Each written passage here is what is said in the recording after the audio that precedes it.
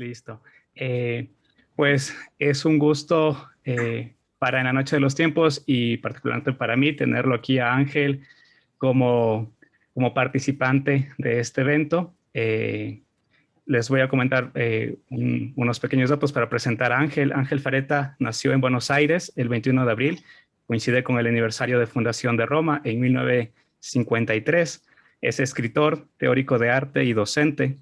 En la actualidad sigue desarrollando su obra crítica y teórica sobre el arte en seminarios particulares, así como en su obra literaria de narrativa, poesía y diarios. Ha escrito Datos Tradicionales, poemas de 1993, El Saber del Cuatro, relatos del 2005, Espíritu de Simetría, ensayos de Ángel en la revista Fierro del 84 al 91, que fue publicado en 2008, Tempestad y Asalto, novela en 2009, La Pasión Manda, de la representación y condición melodramática, 2009, Cinco films argentinos, 2012, La Cosa en Cine, Motivos y Figuras, 2013, y Viajeros que Huyen, novela, 2016.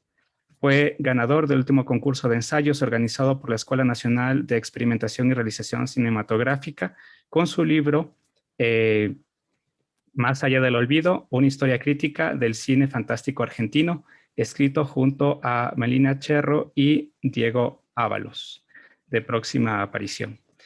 Ángel, muchísimas gracias por acompañarnos. Pues dentro de la programación, Ángel nos va a hablar sobre lo fantástico y la clase B, uniendo ciertos elementos tanto a la obra de Chambers como a pues, la película que tenemos preparados para ustedes en la matiné del bloque de la mañana. Así que, Ángel, muchas gracias por estar con nosotros. Un gusto para mí, ¿eh?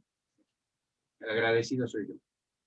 Perfecto. Para comentarte un poco la metodología, yo voy a estar contigo a pantalla durante tu charla y como habíamos comentado, mientras tú nos vayas comentando acerca de lo fantástico de la clase B, pues estaré pendiente de incorporar tanto nuestras consultas como las consultas del público para ir fluyendo pues este espacio e ir adentrándonos en todo lo que nos ofrece tanto tu teoría y cómo lo podemos vincular con la obra de Chambers y con la película que hemos preparado. Perfecto. Gracias. Bueno, en un libro próximo a ser editado, que se llama Dominio Eminente, que espero Dios quiera que salga este año, los próximos meses, es un libro inédito, está subtitulado Teoría de la clase B y de la cultura tradicional en diáspora dentro del otoño de la Edad Media. Ese es uno de nuestros conceptos centrales de nuestra teoría y que desemboca en el fantástico. O sea, ¿qué es lo fantástico? Lo fantástico es, o el género fantástico, o como yo prefiero llamarlo, la imaginación fantástica, es algo, digamos, no solo literario y fílmico, obviamente, sino filosófico, político, que surge a partir de fines del siglo XVIII, comienzo del siglo XIX en Alemania. Como una suerte de hermano espiritual del romanticismo alemán. Porque el romanticismo básicamente es un movimiento alemán, así como el Renacimiento es un movimiento básicamente italiano. Y es una reacción contra el espíritu, digamos, enciclopédico o enciclopedista, iluminista, sobre todo del otro lado del Rin, proveniente de Francia. O sea, la primera reacción temprana, es una reacción temprana, esto es contemporánea, al iluminismo, al enciclopedismo, a esa mentalidad que luego va a ser, de alguna manera, el liberalismo. Y es una reacción donde uno de los elementos, precisamente uno de los bastiones, uno de los arietes, una de las herramientas fundamentales de esta reacción antiiluminista, es la acuñación del relato fantástico moderno, que para nosotros nace con El hombre de la arena, de Hoffmann, hacia 1817, 1818. Ernest Theodor Amadeus Hoffmann. En este relato, que providencialmente, ya que nada es casual, está escrito y publicado muy contemporáneamente a un relato, a una novela, un relato más extenso, ¿no?, escrito en Suiza, por una joven adolescente de 17, 18 años, Mary Shelley, que es Frankenstein. O sea que paralelamente, casi simultáneamente, con meses, un año de diferencia, nacen estas dos piezas fundamentales del fantástico y de la imaginación fantástica, que son Frankenstein y El hombre de la arena. Ya con estos dos relatos se establece algo que para mí, para nosotros, es fundamental para entender el fantástico, que no debe ser confundido con lo mágico. Ni con lo mágico, ni con el realismo mágico, ni los cuentos de hadas, no. O sea, si leemos sobre todo El hombre de la arena, es un corte con algo anterior, poco anterior, también que se da bastante en Alemania, a través de los hermanos Grimm, que son las recopilaciones de cuentos tradicionales, de fábulas, luego llamados cuentos de hadas. Ahora, ¿cuál es la diferencia que hace fundamental para nosotros la señalización de lo que es fantástico? Y no porque lo demás sea desdeñable. No digo que los cuentos de hadas, ni lo maravilloso, ni lo mágico, no. Simplemente que nosotros nos tenemos que preguntar, como todo planteo intelectual, como todo planteo filosófico, de qué diablos estamos hablando. O sea, concretar la pregunta por la cosa. Entonces, si nos preguntamos por lo fantástico, tenemos que definirlo, o intentar definirlo. Y siempre toda definición, ustedes saben, es polémica. O sea, toda definición siempre se opone necesariamente, se sepa o no, a otro tipo de definición. Como pasa en política, por cierto. Si bien todo es política de alguna manera, ¿no? ¿Qué es lo que hace Hoffmann en este relato El hombre de la arena? No el hombre de arena. A veces traducciones espurias. No es el hombre de arena, un hombre compuesto de arena. Es el hombre de la arena. El arenero, podríamos decir. El hombre que porta arena, no de arena. ¿Qué es lo que inaugura? ¿No? También paralelamente con el Frankenstein de Mary Shelley. Vamos a centrarnos en ello. ¿Y qué es lo que define el fantasma? Primero, una diégesis, un punto de partida. Diégesis es un término griego, obviamente, gran parte de la cultura de la cual nosotros venimos, como hispanohablantes, como latinos. Es un término que aparece en la poética de Aristóteles, ¿no?, de lo que nos queda de ello, ¿no?, que es la composición del lugar, lo que San Ignacio de Loyola, en los ejercicios espirituales, llama una composición del lugar. Esto es el aquí y ahora, ¿no?, donde nos estamos ubicados, ¿no? La más famosa composición del lugar, tal vez de las letras castellanas, españolas, es el comienzo del Quijote, en un lugar de la Mancha, de cuyo nombre, ¿no?, en un lugar de la Mancha. Entonces eso ya establece algo con respecto a la Mancha, esa zona de Castilla, que es una zona seca, no húmeda, donde hay árboles de olivo, que hay molinos de vientos, hay vacas, hay burros, hay sierras, y a partir de ahí se establece la anécdota, la trama, la historia que va a ser desarrollada inmediatamente. Esto en el cine, por ejemplo, también se tiene que establecer desde el comienzo del film. Estamos en determinado lugar. Esa es la diégesis, la composición del lugar. Incluso cuando se trata de algo fantástico, también tiene que ser definida una diégesis. No quiere decir que lo fantástico es cualquier cosa, como los malos autores de literatura fantástica llenan el mundo, ¿no?, que ponen cualquier cosa arbitrariamente. No, se tiene que establecer algo, ¿no? No sacar cosas de la galera, por ejemplo, como decía Borges. O sea, el hombre invisible de Wells es un gran relato fantástico porque hay un hombre invisible, no una legión de hombres invisibles que van pululando por todo. Se establece un elemento. Y esto es lo que nosotros, nuestra teoría, llamamos la otredad. O sea, para que haya lo fantástico, para que haya un relato fantástico, sea literario, fílmico, tiene que establecerse inmediatamente la otredad. ¿Qué es lo otro? Pero a su vez, lo que hace Hoffman es que esta historia, El hombre de la arena, no se desarrolla en Neverland, como Peter Pan, o en, no sé, o en el mundo de las hadas, sino se desarrolla en la Alemania contemporánea. La Alemania contemporánea, con seres reales, con el estudiante Nathanael que va a la universidad. Y eso es lo que cambia lo fantástico. O sea que es una diégesis contemporánea, contemporánea al relato, donde la gente viste, vive, habla, se mueve dentro de la realidad. Y allí hay, o debe haber, ahí está, en toda teoría hay un debe, es un canon, ¿no? Si no es una vaguedad, ¿no? Hay la irrupción de una otredad. Obviamente, en este caso, así llamado Coppola, Coppelius, en fin. Pero es una otredad. O sea, esa definición del otro.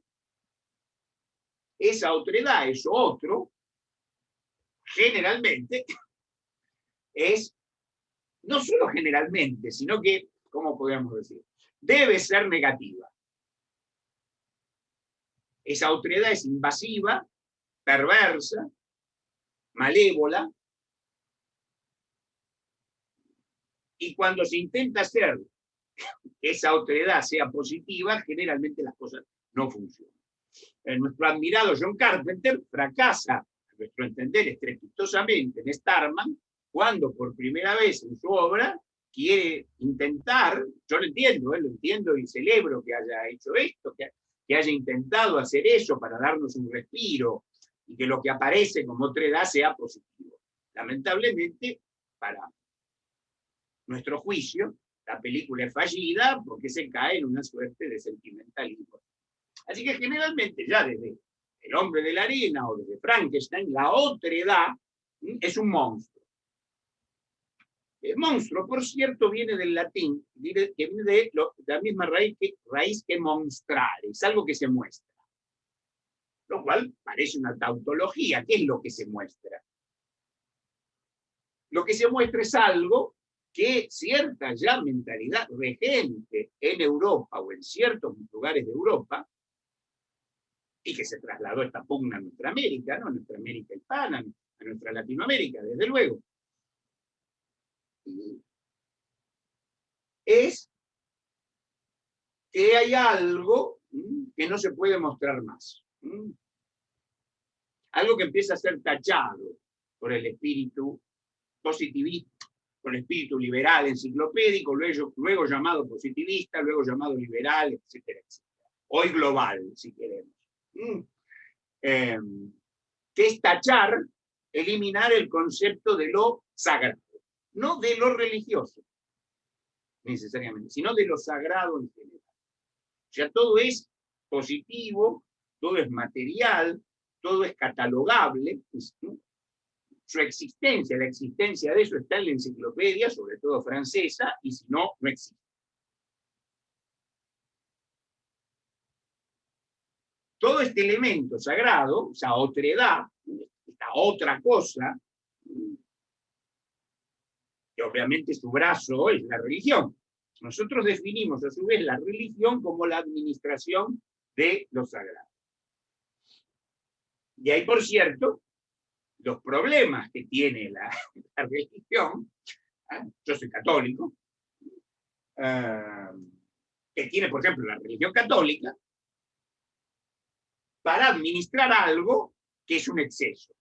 Ese es el problema el gran problema, el gran nudo de sentido filosófico que existe entre lo sagrado y lo religioso. Lo sagrado es un exceso, es un plus, que trata de entenderse y que se fue llamando de diferentes maneras, por ejemplo, pecado original, hibris, lo llamaban los griegos, antes del cristianismo, voluntad y representación, dice Schopenhauer, inconsciente, dice cierta psicología. Como sea, es algo más, es una otredad. Y la religión, que religa, intenta administrar eso. Claro, muy difícil, porque es una batalla continua, porque se trata de administrar aquello que es un exceso. Ahora bien, una cosa es, lo diferente es administrar un exceso cuando se reconoce ese exceso. Si uno reconoce que hay algo excesivo, algo más, una otredad, un plus, y la función de la cultura, de la civilización, de la cual forma parte la religión, es administrar eso, aunque fracase, aunque no lo consiga del todo, aunque sea una dudosa batalla cotidiana, por lo menos sabe que lo está haciendo. No solo el encargado, el sacerdote, el filósofo, sino toda la humanidad, toda la población, toda la gente. Se sabe que se está en esa batalla, esa lucha constante, es lo que nuestros antepasados llamaban lo trágico. Ahora bien, esta mentalidad enciclopedista, luego positivista, trata de tachar todo eso. Lo trágico no existe. O sea, vamos a hacer un progreso indefinido, es una cosa, ¿no? Un progreso donde la humanidad eliminará por decreto, desde arriba, desde luego, ¿no? Todo lo que tiene que ver con lo trascendente, todo lo que tiene que ver con lo desconocido, todo lo que tiene que ver con alguna limitación del ser humano, y eso será el progreso, las luces. Bueno,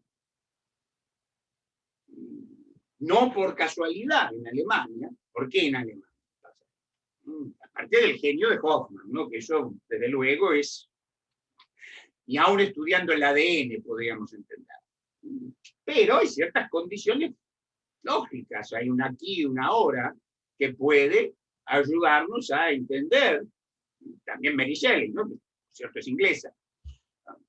¿Qué percibe? O sea, ¿por qué esto se percibe en Alemania? Por dos o tres cosas. Una, básicamente, que es un territorio dividido.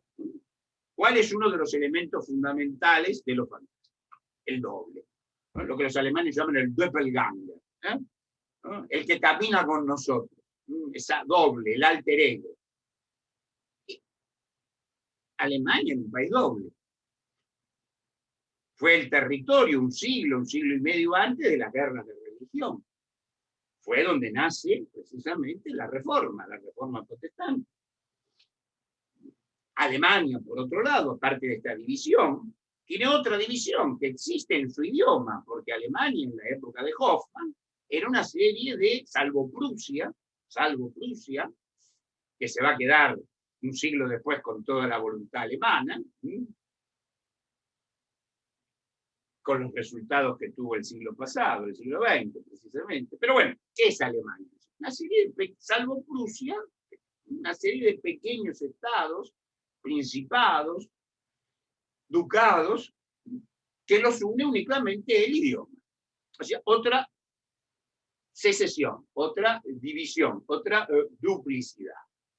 Y obviamente la población en Alemania, sobre todo en el sur, pero no solo, sigue siendo católica. O sea, esta serie de duplicidades crean, podríamos decir, el caldo de cultivo, la diégesis, para que surja, obviamente, ahí está después el genio, que es Hoffmann.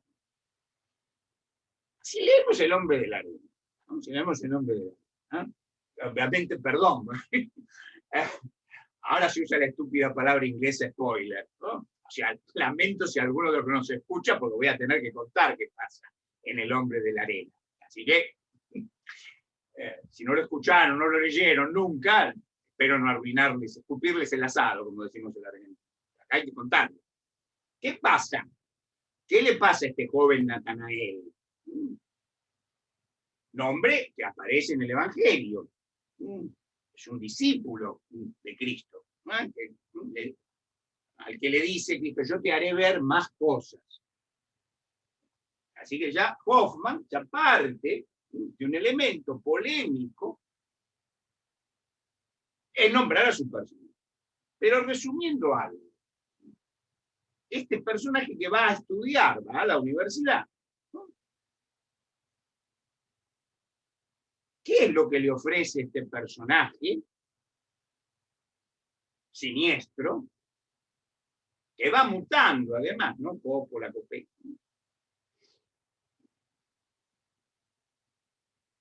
Una lente de aumento. Un aparato mecánico para ver más. O sea, como es un hombre, Natanael, pero mecánicamente. Bien. Una vez que le es dado este artilugio mecánico, donde artificial, mecánicamente, se extiende la visión, estaría bien, bueno, bien, esto lleva, ¿no? Este nuevo mundo, esta otredad nos lleva a ampliar el horizonte.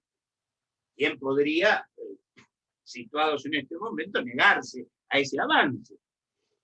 Ahora, una vez que el pobre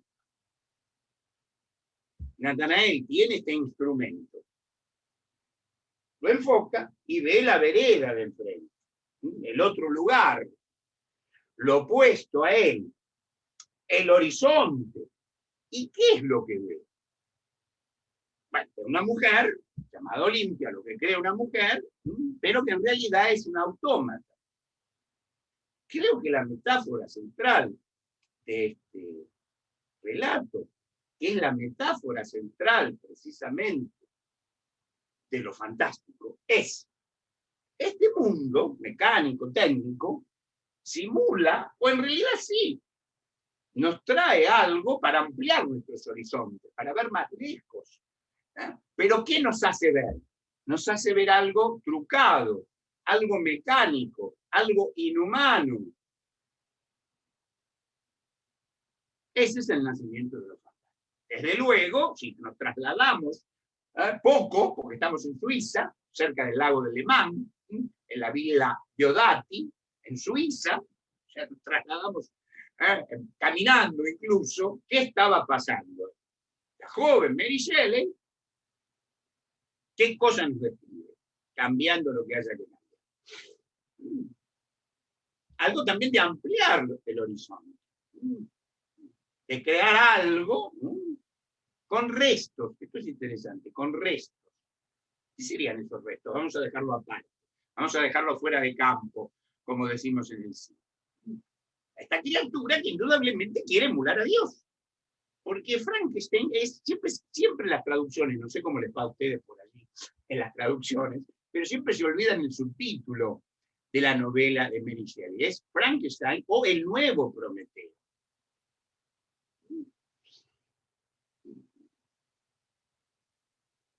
Fijémonos aquí otra simetría. Prometeo, esto es una criatura griega, de la mitología griega. ¿Cómo se llama la muñeca? Olimpia. Otra criatura griega. Es interesante esto, ¿no? ¿Por qué? Porque precisamente lo fantástico también necesita utilizar una base mítica.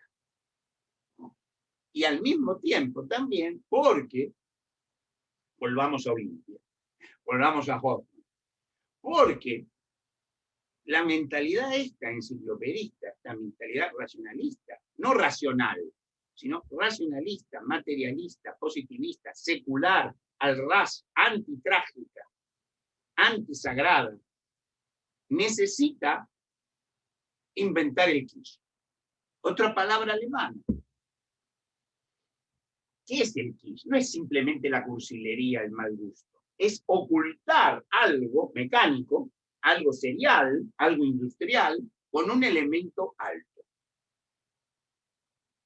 Entonces esta máquina, este robot, que es esta muñeca, para fraguar cierto tipo de grandeza, de prestigio que no puede tener, se le adiciona precisamente un término clásico, como es Olimpia. Si pasamos al cine, si pasamos a uno de los grandes films de estos últimos años, ¿no?, que es Titanic, una de las grandes obras maestras de estos años, ¿qué es lo que le pasa al dueño, al constructor? No al constructor, al capitalista, no ha hecho nada. Por eso es el que se escapa primero, desde luego. Había botes suficientes para él. Vieron que trata de explicar por qué le puso Titanic. Y porque yo quería algo grande. Vieron que Rose se burla muy sutilmente. Se le puso algo, un nombre clásico, Olimpia, Prometeo, Titán, pero no tiene la menor idea de lo que es. ¿Por qué? Porque esta producción serial, esta producción hija del iluminismo, hija del positivismo, necesita ocultar sus fines mediante un elemento alto o prestigioso. Que es como pasa con Frankenstein.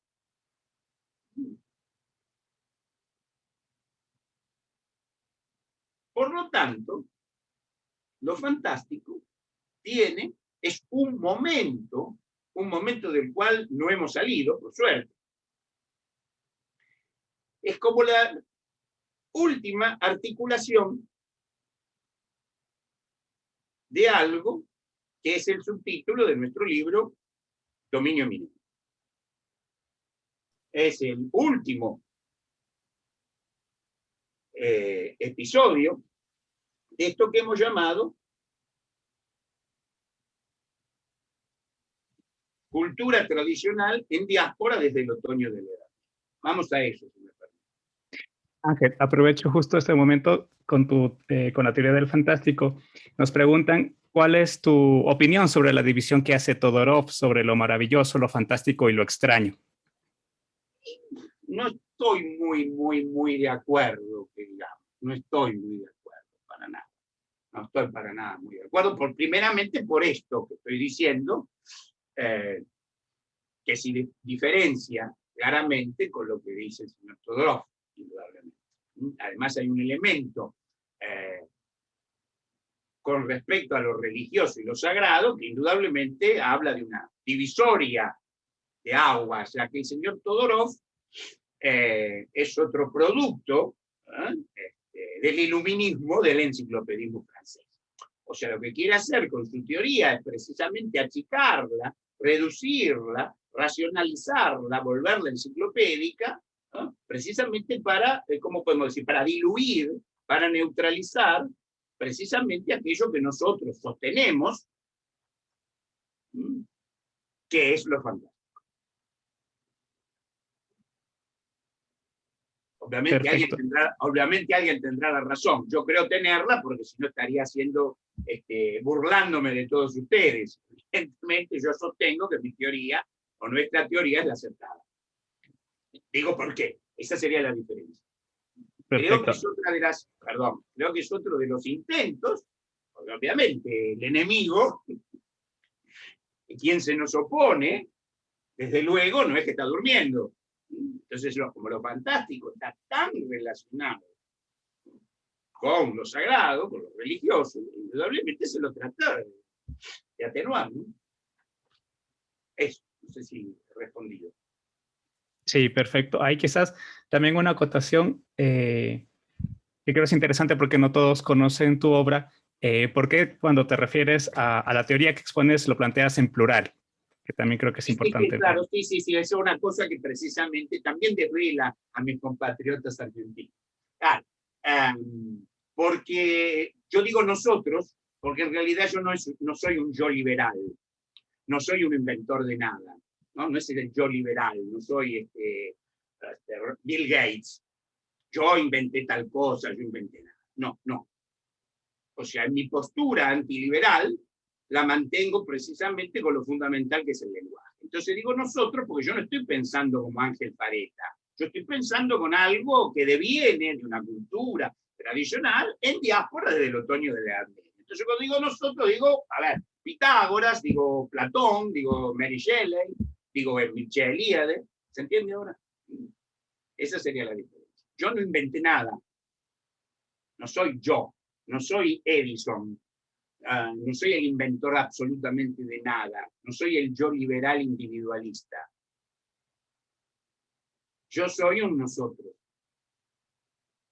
Soy un conjunto. Eso es la tradición. Si pensamos dentro de la tradición es una pluralidad. Si decimos yo,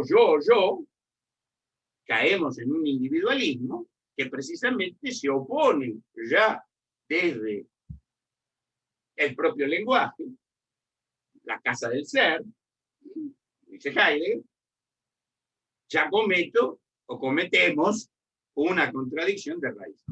¿Está? Perfecto. Una pregunta adicional justo en relación a la obra de Shelley y de Hoffman. ¿Se podría decir o podríamos decir que el uso de la tecnología de la época y el conocimiento científico de Shelley o Hoffman impulsarían o le darían el toque final a la creación de lo fantástico? Y si cree que esta creación se hubiera dado en otra época o fue el conjunto de los diversos elementos del propio siglo XIX. Totalmente, lo acabo de decir. Son las condiciones de tiempo y espacio, ¿no? Alemania, ¿no? Comienzo del siglo XIX, romanticismo, ¿no? Que dan lugar a este tipo de cosas. Otra cosa que me gustaría señalar y que tiene, si me permitís, si me permiten, porque también hay una pluralidad, yo me estoy dirigiendo también a una pluralidad, que hablo ahora con vos, contigo, ¿no? Estoy dirigiéndome a una pluralidad. Vos sos como el emisario, el vicario de esa pluralidad. Que solamente, esa es la diferencia entre Mary Shelley y Hoffman, solamente la revolución industrial, hacia 1818-19, se había dado en Inglaterra. Así que por un lado, no es para disminuir a Mary Shelley, pero digamos, Mary Shelley ya está en condiciones. Recordemos que Mary Shelley es contemporánea, por ejemplo, de William Blake. ¿Qué quiere decir? Que ya eso que obsesionaba a William Blake, esas chimeneas, esas fábricas, eran también padecidas o contempladas por Mary Shelley. En cambio, en el caso de Hoffman y del romanticismo alemán, no. Alemania llega tarde a la revolución industrial. Más aún, solamente hay revolución industrial, hay poco incipiente en Francia, en Inglaterra. Así que sería doble mérito el de Hoffman o el de los románticos alemanes, como Novalis, porque profetizan, vaticinan algo que no están padeciendo en sentido físico, material, contemporáneo. Pero sí,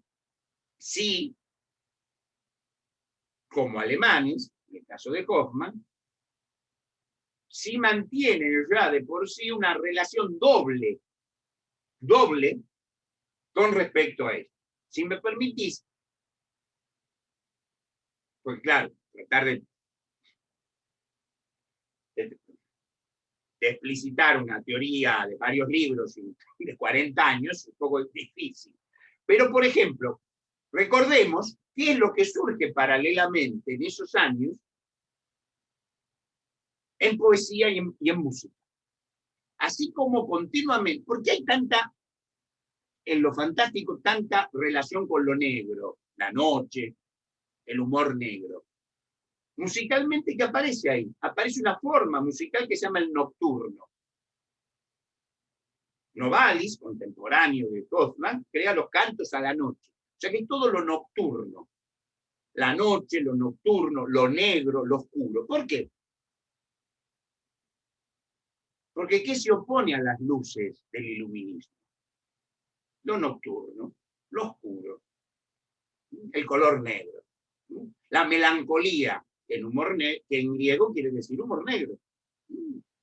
O sea, que frente a las luces, el movimiento romántico alemán parece bastante desorganizado. En rigor lo fue un poco, porque eran como individualidades, pero su visión es muy concreta. Otra cosa que crea el fantástico, que crea el romanticismo alemán, es el fragmento. O sea, frente a lo completo, lo cerrado, lo iluminista, una suerte de predilección por lo oscuro. Como diciendo, ojo, estas luces no terminan de iluminar todo. Si me permiten hacer de nuevo un excurso al cine, es lo que pasa con James Stewart, La ventana indiscreta. Una vez que convocamos, fíjense, es como el hombre de la arena. Es alguien, Jeff, en La ventana indiscreta, James Stewart, está como Natanael. La diferencia es que ya es un fotógrafo profesional. Mira, espía, y ahí convoca fuerzas de la oscuridad que se le meten adentro de su departamento. ¿Y con qué intenta defenderse? Obviamente con su útil profesional, con el flash. Claro, cuando se le agotan las bombitas del flash, las 4, te tiran por la ventana, volvés a caer.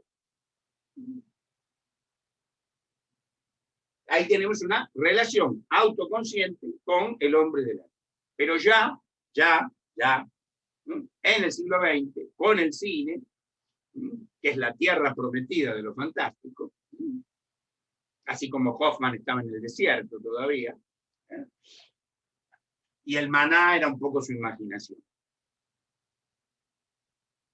Esta metáfora de los flashes insuficientes, mecánicos, profesionales, porque repito, aquí ya la máquina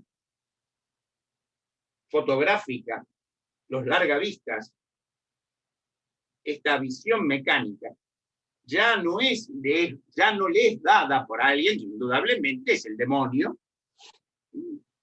en Hoffman, o un personaje perverso, si queremos, ¿no? Pero bueno, sino que ya es el propio protagonista, ya no tiene que ser, no le tienen que vender esto, no tiene que ser tentado como el pobre y desdichado Natanael, sino que Jeff, en la Rear Window, de La ventana indiscreta, ya nace con esos elementos de extremar la visión y todo eso. Obviamente que Hitchcock, cuestionando si lo que él está haciendo, el cine, no será también otra forma de aquello que está criticando en cuanto a la mecanización de la mirada y de todo eso con su propio personaje. No sé si hay algo más que preguntar por ahí o sigo. No, por favor, sigue. Bien, entonces volvíamos a lo de lo nocturno. Todo esto, o sea, todos estos elementos, son de oposición a este movimiento anterior que tiene que ver con la cultura tradicional en diáspora dentro de la otoño de la orquesta, el otoño de la Edad Media. Bueno, el otoño de la Edad Media es una frase, un título de un gran historiador holandés, Johan Huizinga, que escribe un libro, El otoño de la Edad Media. ¿Qué es el otoño de la Edad Media? El otoño de la Edad Media es ese último momento de la Edad Media, mal llamada Edad Media. No es que la gente se paseaba en el siglo XII o XIII y decía estamos en la Edad Media. Recordemos que la Edad Media es un concepto polémico, es un concepto iluminista, hegeliano contra la Edad Media. Otra cosa que tiene el romanticismo alemán es una reivindicación de lo medieval, de lo tradicional. Pero bueno, ¿qué es el otoño de la Edad Media? El otoño de la Edad Media es ese momento, hacia el 1400, 1450, donde los oficios tradicionales desaparecen y empieza a surgir algo llamado la burguesía. No como clase social solamente, sino como mentalidad. Esto es una mentalidad, uno de cuyos elementos es lo económico. Es obvio, de toda obviedad, que el arte tradicional, fundamental de la así llamada, vamos a llamarla, vamos a convenir, vamos a poner entre comillas, Edad Media son las catedrales. Curiosamente, si nos lavamos las manos o nos alzamos de hombros, o no pensamos, o compramos mercadería adulterada, que se vende mucho intelectualmente, de la noche a la mañana se dejaron de construir catedrales. ¿Qué pasó?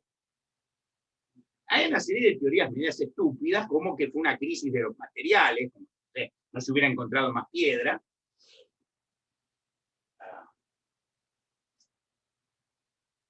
¿Qué es la tradición? Y nosotros. Es algo que, por definición, tradición que es traer, recibir. ¿Cómo se dice esto en hebreo? Kabbalah. Es un recibo, Kabbalah. Yo recibí de, por ejemplo, nosotros, ¿de qué recibimos? De nuestros padres, de nuestra lengua castellana, española, de la historia.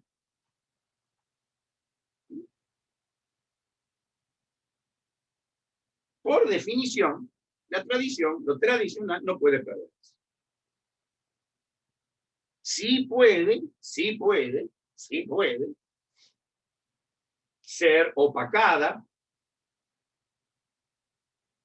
tachada o intentada tachar, desfigurada sobre todo parodiada, pero no puede desaparecer. ¿Qué hace entonces el pensamiento tradicional, la mentalidad tradicional, para sobrevivir, o mejor dicho, enmascararse frente a este surgimiento hacia el siglo XV, hacia el otoño de la Edad Media, de esta mentalidad llamada burguesa, que no es simplemente económica, sino es una mentalidad antitrágica, antiheroica y antisagrada? No es solo económica, lo económico es un resultado de, obviamente, como siempre digo a mis alumnos, o mis charlas, obviamente lo primero que nos toca es el bolsillo. A mí también, por supuesto. Cuando hablo de esto, lo primero que me perjudica es el bolsillo, desde luego.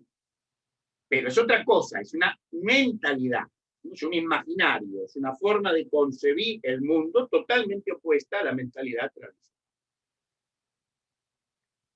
¿Cómo? Entonces, por definición, lo tradicional no puede perderse, pero sí puede ser acechado, parodiado. ¿Qué hace la tradición? ¿Qué hace el pensamiento tradicional? Se enmascara, se transforma, sufre una metamorfosis. Pero esa metamorfosis, ahí está, esto es fundamental, no es azarosa, no es aleatoria, no, es organizada. ¿Cómo se organiza? Este ejemplo que siempre damos. Imaginemos que la tradición es este papel. Está en la totalidad. Esto es un pañuelo de papel. Que por cierto tengo acá una pequeña alergia. Ustedes sabrán disculpar. Bueno, está en la totalidad. Ahora esto es acechado. Entonces, ¿qué hace la mente tradicional? Lo divide en 4. Obviamente más inteligentemente que yo. 4 pedacitos. Entonces, un pedacito se va por allá, otro se va por allá, otro se va por allá. Los 4 puntos cardinales, como los hijos de Fierro, al final de nuestro poema nacional. Martín Fierro y sus 3 hijos se dividen en 4. También nuestro Martín Fierro tiene una interpretación simbólica. No es simplemente gauchos tocando la guitarra. Esa es la primera historia. Entonces un pedazo se fue por allá, otro se fue por allá. ¿En qué se convirtieron esos papelitos, esos cuatro, que no son necesariamente cuatro, pero usemos un número verdaderamente simbólico, que son los 4 puntos cardinales, nada menos? Uno se fue convirtiendo en lo que después se llamó teatro. Otro lo que después se llamó pintura. Otro lo que se llamó poesía. Y otro lo que se llamó, bueno, política. Ahora, ¿por qué esta división, esta diáspora? Porque si se fragmenta algo, se divide en 4, se separa, va a ser, por un lado, dialécticamente más difícil de ser apropiada, ¿no? Es como el lado positivo de divide y reinarás. Esa es la primera fase. La segunda, que actúa de consumo con la anterior, es que si en algún momento, no solo histórico, sino en algún momento imaginario, en algún momento poético, o algún momento del pensar y poetizar,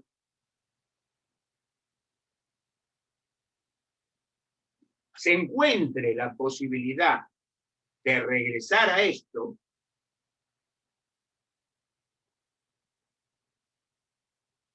puedan unirse, por lo menos, 2 de estos fragmentos en diáspora, errantes, itinerantes, desde el siglo XV.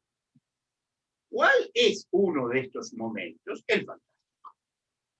Uno de estos momentos donde la diáspora se detuvo fue el fantástico. Ángel, aprovecho justo ese punto para conectar con una pregunta y lo que mencionas también en la teoría del cine, que la Tierra Prometida es otro momento de la unión de esta diáspora, es el cine, y el cine como espacio para poner en escena lo fantástico. Totalmente, claro, por supuesto. Y nos preguntan, perfecto. Y nos preguntan justo en ese contexto si, al igual que hubo este origen en la literatura de lo fantástico, en el cine hay un punto donde se inicia, donde podemos ver en escena lo fantástico en el cine, alguna película, algún director, algún productor. Sí, no, el cine tiene 4 momentos, digamos. O sea, primero el cine es fantástico. El cine es fantástico per definición.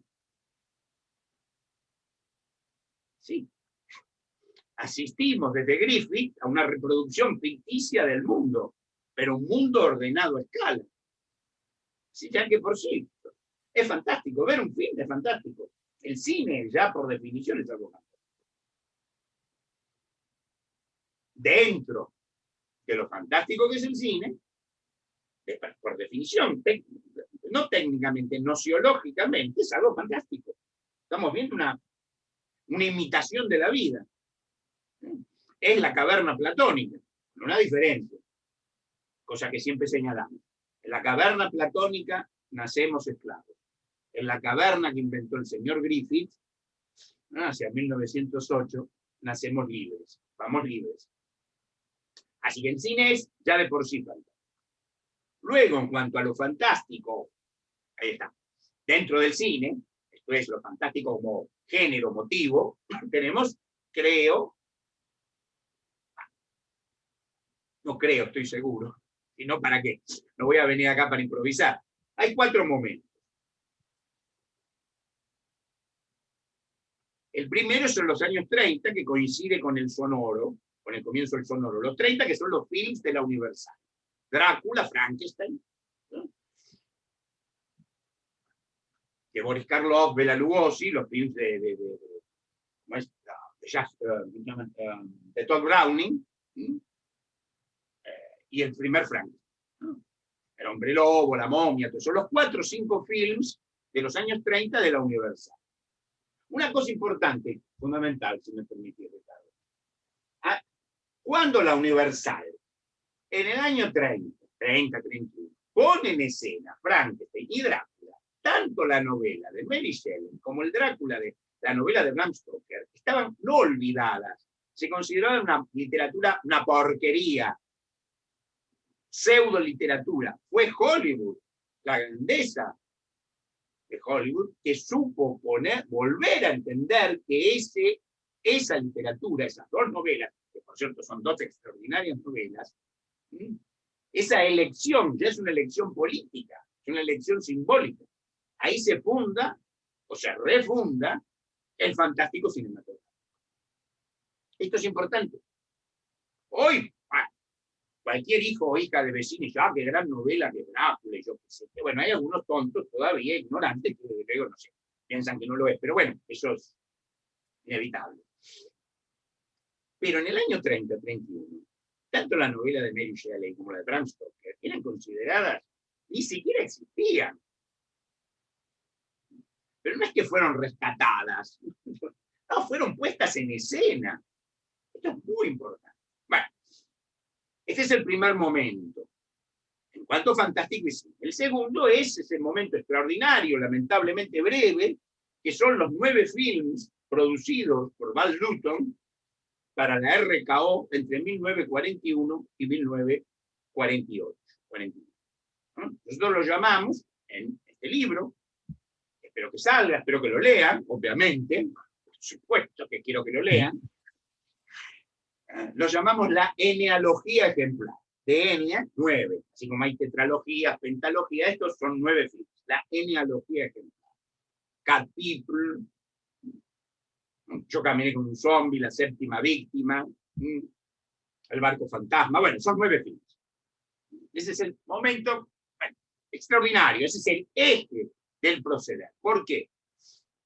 Porque a su vez esos films trabajan diferentes mitologemas y variantes de todo lo fantástico, o de todos los motivos y figuras de lo fantástico. Es como un condensado, es como sentarse a la mesa, no poner, para decirlo futbolísticamente, la pelota a mitad de la cancha y empezar de nuevo. Es fundamental. Si los que nos escuchan, seguramente muchísimos, de nuestro idioma, y por qué no otros, si no conocen los films de Val Lewton, producidos por Val Lewton, dirigidos 3 de ellos por Jacques Tourneur, no se ofendan, todavía no saben lo que es lo fantástico. Es uno de los logros, todavía hoy, más extraordinarios de la mentalidad fantástica. Por cierto, mi libro, Dominio Eminente, termina, su segunda parte es un análisis de Cat People, La mujer pantera, depende de los títulos, Cat People, de Jacques Tourneur, que es el primer film de esta genealogía, un análisis de 150 páginas. Creo que Cat People es uno de los 10, 20 films más grandes de la historia. Y donde precisamente se da, obviamente ahí está nosotros. ¿Por qué nosotros, Ricardo? Porque yo lo que estoy hablando se lo debo a Val Lewton, se lo debo a Jacques Tourneur. Nosotros, todo esto que estoy diciendo, o buena parte de lo que estoy diciendo, no es que lo encontré así individualmente. No. Esto se lo debo a Hoffman, se lo debo a Val Lewton, se lo debo a films como Cat People y a directores como Jacques Tourneur. Bueno, esos 9 films son fundamentales. Ese es el momento. Son films inagotables. Inagotables. Son films de además algo fundamental, porque ahí se entiende lo que es la clase B. Tendría, si me permitís, que explicitar qué es la clase B. Por favor. La clase B tiene 2 sentidos. Uno es sentido de producción. Clase B es un film hecho con metraje reducido, circa 60 minutos, con actores poco conocidos y con los restos, esto es muy interesante, con los restos y fragmentos del atrezzo, de la escenografía y de los actores de films A. Ahora viene nuestra teoría de la clase. ¿Por qué Hollywood? Recordemos que Hollywood quiere decir el bosque sagrado. ¿Qué era Hollywood cuando se crean los grandes estudios? Era un potrero, una tierra baldía, era un lugar absolutamente desértico. ¿Por qué fundan ese lugar en algo llamado Hollywood, que es el bosque sagrado? Podemos tener dos teorías que se oponen entre sí. Una, los productores y los creadores de Hollywood eran todos unos tarados, ignorantes, solo ávidos de dinero, o ahí está, eran parte intuitiva, si queremos, de esto que llamamos la diáspora de la cultura tradicional desde el otoño de la Edad Media. Y entonces van creando signos, ¿no? Uno es Hollywood. ¿Por qué es tan atacado el Hollywood clásico? A ver, preguntémonos. ¿Eh? ¿Por qué? Cuando, por otro lado, se intenta sostener un cine generalmente europeo que es un plomazo, aburridísimo, que no decide absolutamente nada, antitrágico, antisagrado. Este es entonces el tercero momento fantástico, es, se entendió lo que es la clase B, más o menos, ¿no? O sea que es una producción económica y una producción de sentido. En un momento Hollywood dice, ya hemos entrado en el mundo, ya tenemos una toma del poder cultural, hacia 1940, 41, coincide con la Segunda Guerra Mundial. Oh, curiosidad. Necesitamos todavía poner más elementos simbólicos, mitopoéticos y directamente esotéricos. ¿Cómo vamos a hacer eso? Ahí está la inteligencia. Ponerlo en films pomposos, con música clásica. No, inventemos algo llamado clase B, que aparentemente es algo simple. ¿Cómo podemos decir? Berreta, como decimos los argentinos. Algo aparentemente elemental, vulgar, ¿sí? Industrial, de efectos especiales. ¿Y qué mejor lugar que ese para camuflar elementos tradicionales, metafísicos, simbólicos? ¿Por qué? Porque van a llegar a todo el mundo. Obviamente, un film de terror de clase B va a llegar a todo el mundo. Sobre todo ese mundo al cual se quiere llegar, que es un mundo, digamos, entre comillas, popular. El mundo todavía, si queremos, no captado por la mentalidad liberal enciclopedista. Y esto es todavía lo fantástico hasta el día de hoy. Bueno, el tercer momento es un momento que se da doblemente, que se da en Hollywood y en Inglaterra, que son los films de la Hammer, de la productora inglesa Hammer, de los años 50. Sobre todo ese gran director que fue Terence Fisher. Fijémonos que ahí es donde Inglaterra retoma sus, al fin y al cabo, dos personajes creados por autores ingleses. Bueno, Bram Stoker era irlandés. Bueno, creados con el idioma inglés. Ahí se vuelve a hacer Frankenstein y Drácula. Esos clásicos, bueno, con Peter Cushing, Christopher Lee, bueno, imagino que todos los conocen. Ese es otro momento. Y en Estados Unidos, en Hollywood, Roger Corman. O sea, ya estamos a la puerta de una autoconciencia. La Hammer en Inglaterra y no solo Roger Corman, pero digamos como epítome, como resumen, Roger Corman, que retoma también esos elementos, ¿no? Fantásticos. Y también con mucha intelección con respecto a lo contemporáneo norteamericano. Y también las variantes, por ejemplo. Esto es muy, perdón.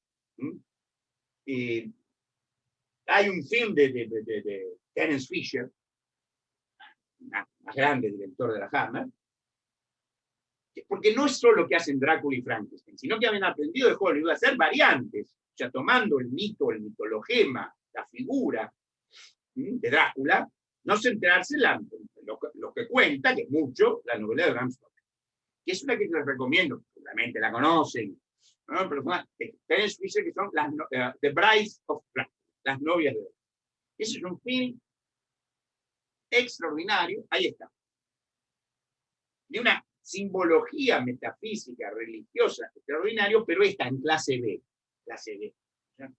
Con actores poco conocidos, porque Peter Cushing, Christopher Lee en ese momento. Bueno, ¿por qué hacen esto? Porque se llega a más gente. ¿Pero por qué se llega a más gente? Pues esa gente está todavía como incontaminada de esta educación, o de cierto tipo de educación, que más bien es instrucción, donde todo lo sagrado, todo lo metafísico, está tachado o abolido. Y para no abundar, al menos ahora, yo encantado de hablar, de algo que me apasiona, que nos apasiona, así que no estoy haciendo ningún esfuerzo. Puede ser que me quede un poco afónico, pero eso es otra cosa. Eso ya es cuestión de mi edad. Y el cuarto momento es la autoconciencia, que es John Carpenter. El cuarto momento son varios, pero básicamente es la obra extraordinaria, que precisamente es un punto que nos convoca hoy en día, ¿no? Que es la obra de John Carpenter. John Carpenter es la autoconciencia absoluta del cine fantástico, del cine de terror. Cine de terror. Esa es la autoconciencia. ¿Qué es la autoconciencia según nuestra definición? Nuestro libro, el concepto de cine, que es nuestro libro, digamos, uno de nuestros libros eje. Autoconciencia es saber qué se sabe. ¿Qué se sabe? Pero, esto es bien con nuestro idioma español castellano. Saber qué se sabe y saber qué se sabe. Eso es la autoconciencia. Saber qué sabemos es, bueno, sé que sé, ¿no? El pienso, luego existo, de Descartes y todo eso. Pero la autoconciencia es saber qué sé. ¿Qué sé? ¿Qué es lo que sé? Es como tomar un examen. ¿Qué es el cine de John Carpenter? Dicho o traducido o intentado explicitar dentro de nuestros conceptos teóricos. O sea, llegamos al año los 70. Porque la autoconciencia tiene que ver también con la desaparición de los grandes estudios. Los grandes estudios manejados verticalmente, todo eso, ¿no? Desaparecen. Hacia los años 60, 68, los grandes estudios, que eran grupos familiares, Warner, Meyer, Fox. Entonces, Carpenter dice, ¿qué es lo que hemos entendido? ¿Qué sé? A ver, ¿qué sé yo? Y por eso trabaja los diferentes mitologías. El vampiro, el hombre invisible, el doble. Es un recorrido para ver qué hemos aprendido. Y claro, por eso esto es definitivo, lo de John Carpenter, porque es como un examen a todos los cultores, seguidores, estudiosos, aficionados sobre lo fantástico. Es como Carpenter dice, mire, hemos llegado hasta acá. Es como sentarse a la vera del camino, ¿no?, de esta diáspora, decir, mire, hemos llegado. ¿Y cómo hemos llegado acá? Bueno, mire, sacamos la mochila, la bolsa, que no sé cómo llaman por ahí, la mochila, la valija, la maleta, a ver, y vamos a revisar, descomponer todos los elementos, motivos, figuras, mitologemas, que nos han llevado hasta acá. Y ese es el fin del educador. Como este film, que creo que ahora se verá, o se verá, que es Cigarette Bands, que no es una gran maratón, un prodigio del intelecto, darse cuenta en Cigarette cuál es el tema, el cine. Pero atención, ¿puedo hablarse de Cigarette Bands? Perdón, ¿sí? Sí, por supuesto. Ya justo son los puntos de conexión a lo que viene después. Por eso.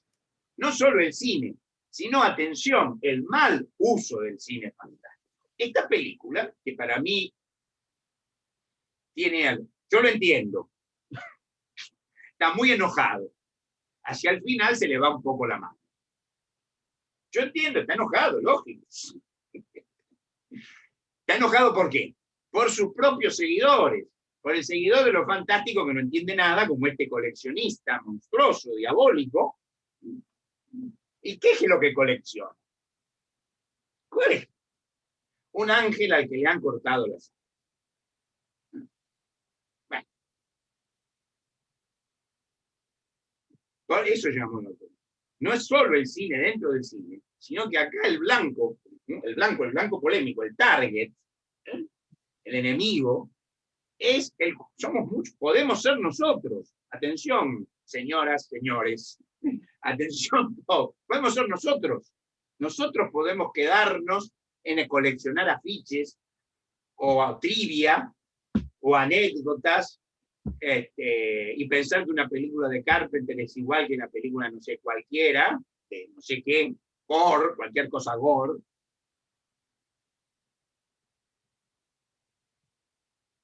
Y por eso Carpenter en este film, en este telefilm, además, autoconscientemente, así como no una suerte, un clarísimo balance, no solo del cine fantástico terror, de lo fantástico, sino que lleva precisamente, tal vez rozando un poco, por eso no solo lo violento, que a veces es innecesario. ¿Por qué? Quiero explicar esto, si me permite.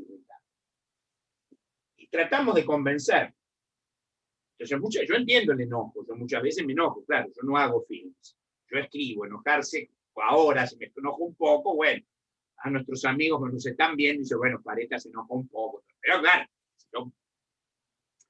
puede distraer la atención de algo, pero se agrega mucho, o sea que claro, hay no solo que el cultor, la llamada cinefilia, el coleccionismo, puede ser un gran enemigo también del entendimiento de lo fantástico, sino que, ¿cuál es lo último de esa película que es el fin del mundo? Lo dice, lo declara cínicamente, ¿no? Es la globalización. ¿No? Pero ¿cuál es lo último? ¿Qué es a lo que se atrevió eso que es terrible? Y que de alguna manera, fijémonos qué curioso, ¿no? Porque desde el comienzo sabemos qué es. Es la profanación de los sagrados. ¿Y qué profanación es? Hay muchas, ¿no? Es cortarle las alas. Entonces, llegados a este punto, la película es de 2005, ¿no? O sea que es clarísimo y urgente el entendimiento de lo fantástico. Llegados a este punto. O sea, llegados a este punto quedan dos cosas. Queda una decisión, una toma de decisión. Lo cual, atención, no quiere decir, me adelanto un poco, no quiere decir perder el placer, desde luego, hasta el entretenimiento, pero por supuesto. Pero queda claro que ahí hay dos senderos que se bifurcan. Uno es o pensar que toda esta tradición de lo fantástico, que más o menos a trancas y barrancas hemos tratado de recorrer, o nos convertimos en ese coleccionista, en ese crítico, que está por ahí también, ¿no? Muy interesante, porque la ligan todos, la liga del coleccionista, la liga del director, la liga el crítico, la cinemateca, y algo importante también, algo importante, ¿no? Que esta película está también creada dentro de la cinemateca, de cierta mentalidad cinéfila francesa.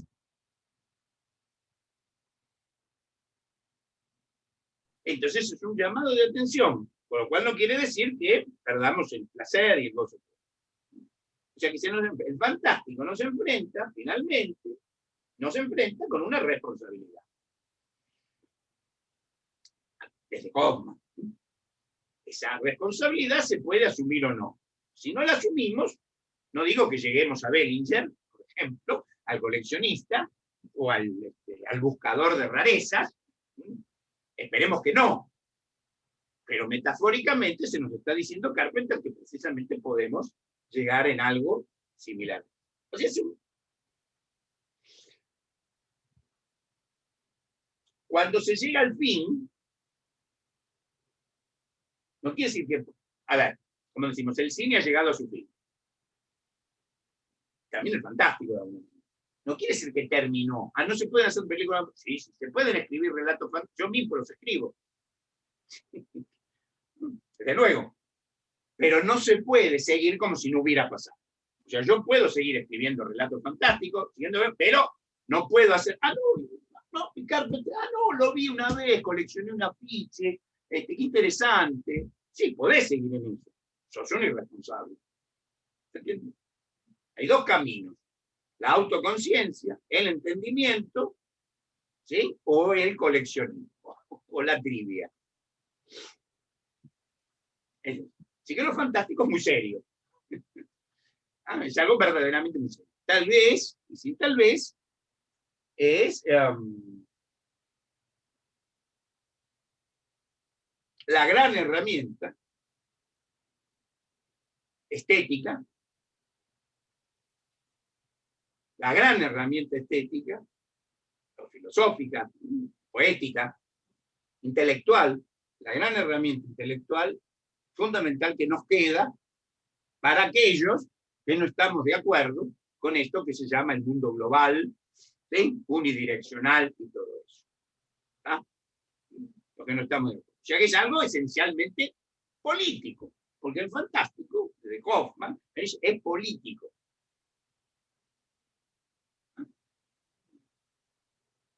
Y eso implica una toma de decisión.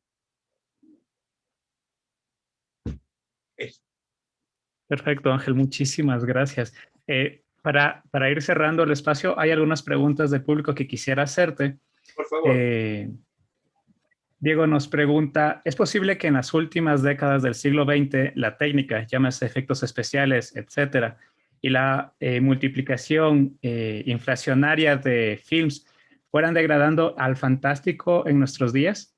Sí, claro. Sí, obvio. Sí. Si alguien piensa que Halloween de Carpenter es lo mismo que Martes 13, ahí ya tiene un problema. ¿Sí? Perfecto. Nuestra época es la época de la inflación. Como no se puede censurar, ahora no. La mayor censura es inflar. Es como la inflación en la economía. No hay riqueza, imprimí billetes. Total, no vale nada. No podés combatir a Carpenter, hacer 15 parodias de John Carpenter.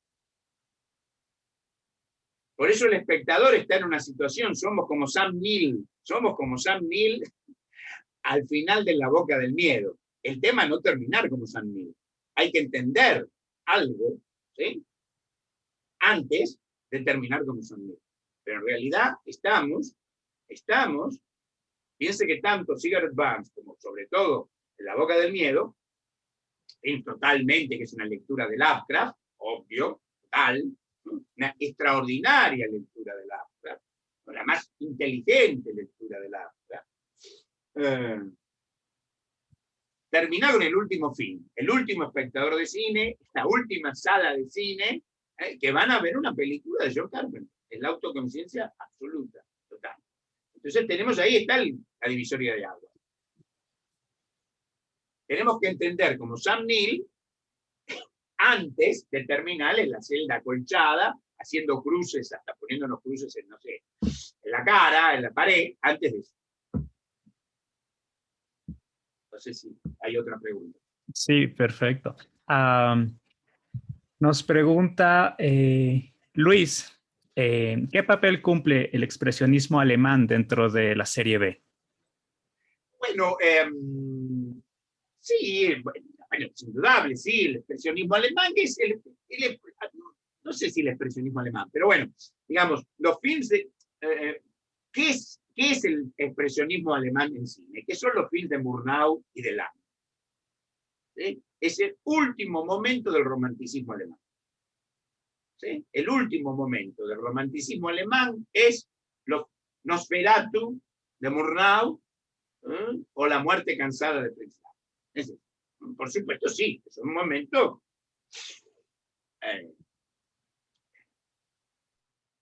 es un momento fundante, es un momento andante de alguna manera. Bueno. Perfecto. Ah, nos consulta Omar, si consideras al cine de Eliseo Subiela como cine fantástico. No, no, es alegórico, el realismo mágico. Es alegórico, el realismo mágico, no nada. A lo sumo, la primera de él, El hombre mirando al sudeste, podría haber entrado en lo fantástico. Luego es una serie de alegorías, ¿sí?, didácticas, pésimas, por otro lado. Totalmente. O sea, lo fantástico no es el realismo mágico, repito. ¿Sí? Claro. No es vivir en Macondo, cual no quiere decir que no se lea esa novela. No tiene nada que ver con eso. No tiene absolutamente nada que ver. En el caso de Subila, parte su cine es didáctico, es alegórico, es alegórico. Es como algo que uno tiene que resolver previamente de pensar, que es lo contrario del símbolo. ¿Está claro? Esa sería la diferencia. Y lo alegórico es una de las cosas más negativas que tiene con respecto a lo fantástico. Lo fantástico tiene que ser abierto. ¿Sí? Lo alegórico, uno está obligado a descifrar que tal imagen, tal situación quiere decir solamente tal cosa.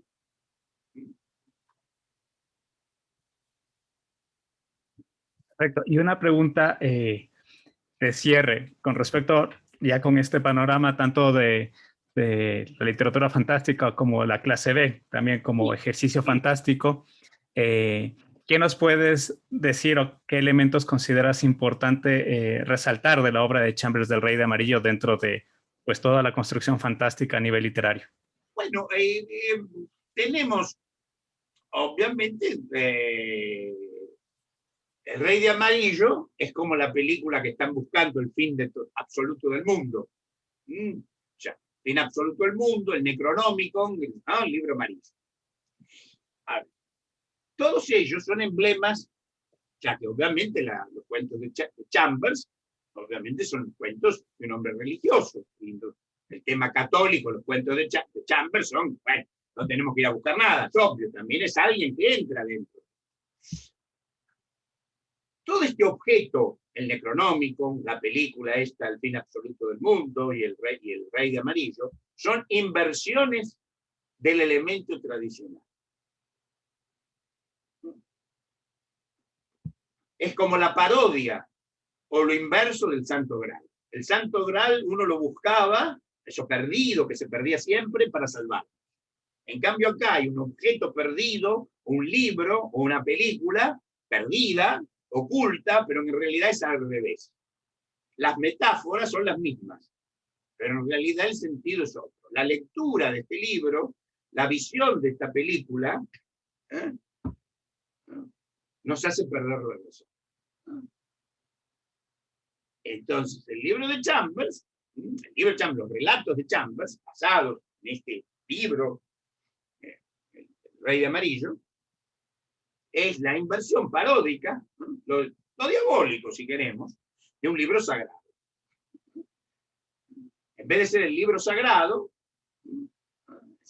porque además hay otra cosa, una cosa fundamental también en el elemento fantástico. En el elemento fantástico hay, desde Hoffman, como un extrañamiento de algo que se ha olvidado. ¿Sí? Vuelve, que es lo sagrado. Cuando vuelve, el hombre, la mujer contemporánea, se asusta porque eso que era habitual le vuelve a mostrar. Entonces, el Necronómico, la película esta, El fin absoluto del mundo, o El Rey de Amarillo, son como diferentes variaciones metafóricas de lo mismo. Un libro sagrado, un Graal. Él al revés. ¿Por qué? Porque lo fantástico desde Hoffman trabaja en sentido inverso. Trabaja con lo positivo. Y ahora se me ocurre, hablando con ustedes, que en realidad Cigarette Burns es una corrección de Carpenter a su propio Starman. Aquel ángel tan bueno que no le funcionaba, que era tan bueno, le cortaron las alas y lo tienen metido en un sótano. O sea que es Carpenter corrigiéndose a sí mismo. Muchísimas gracias, Ángel. Como tú mencionabas, bien lo mencionabas, es complejo condensar pues tantos años de trabajo y una construcción teórica tan grande, pero creo que ha sido pues sumamente enriquecedora todos los aspectos que nos has dado. Creo que ha sido un panorama muy bueno. Eh, Nada más igual como un espacio de cierre, primero agradecerte muchísimo por tu presencia, por participar con nosotros. Si bien, claro, es un tema complejo y son muchos elementos los que hay que poner sobre la mesa para poder entender, creo que decantando sobre estos últimos apuntes, tanto del Rey como de Sigurd Burns, creo que se entiende mucho la aplicación de la teoría fantástica dentro de estas producciones y un poco pues los símbolos que utilizan. Por eso digo nosotros. Exactamente. No inventé nada, lo sumo descubrí, pero descubrí con ellos. Sin ellos, ¿no? Sin ellos termino como Sam Neill, no es el caso. Por otro lado, estoy a disposición de ustedes. Cuando quieran volver a hacer una charla, encantado, ¿no? Son temas que, bueno, he dedicado, no quiero ser más tan dramático, pero son temas que he dedicado mi vida. Así que para mí es un placer, no es ningún tipo de esfuerzo. Muchísimas gracias. Ángel, en ese mismo contexto, igual para que los que no conocen o no es la primera vez que te ubican a ti y a tu obra, ¿dónde podemos conseguir tus libros? Me parece que igual ahorita Salayana los está editando. ¿Qué Sí, libros tiene? Y tus cursos también. bueno, en este momento hay solo 2 libros míos en ebook, ¿sí? O sea, son de Hitchcock en obra, son mis 2 últimos libros, Hitchcock en obra y La traducción de la melancolía. La traducción de la melancolía es mi poética, está basada sobre todo en el tango, las letras de tango argentino, pero en realidad también es un pretexto para hablar de esto que generalmente es lo que siempre hablo. Y próximamente, en este año también, pero saldrá la 3ª edición del concepto de cine, ¿sí? Muy ampliada, también en ebook, ¿no? Pueden comprarla, por supuesto, en Amazon en papel, desde luego. Pero, y también, bueno, este que tanto he hablado y que tiene básicamente más relación con lo que estamos hablando, que es Dominio Eminente, que es la teoría de la clase B y la cultura tradicional en diáspora desde el otoño de la edad. Ese espero que salga en 2 o 3 meses. Ahí está, o estará, todo esto que he hablado, más sistematizado y con ejemplos, porque lo bueno del cine es que podemos dar ejemplos. O sea, toda esta teoría va a estar explicitada, ejemplificada, ¿no? Escena con escena, párrafo con párrafo y hasta diálogo con diálogo de cada. Así que espero que esto en 3, 4 meses, obviamente lo vamos a anunciar ahí. Y después mis seminarios están en el canal de YouTube de A Sala Llena. Ahí hay varios seminarios míos sobre lo fantástico. También hay, si me permite, 2 conferencias mías sobre lo fantástico en YouTube, que di hace años en la Biblioteca Nacional, acá de Buenos Aires. Así que hay bastante material, incluso libre, como el que está en YouTube.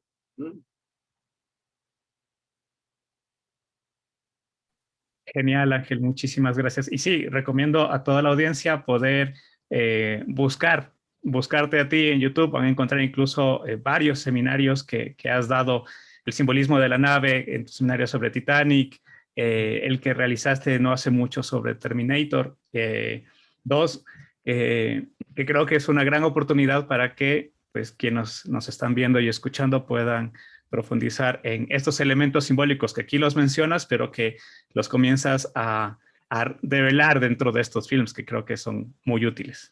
Bueno, esperemos que sea así. El agradecido soy yo, ¿eh? Saludos a todos y bueno, nos estamos viendo.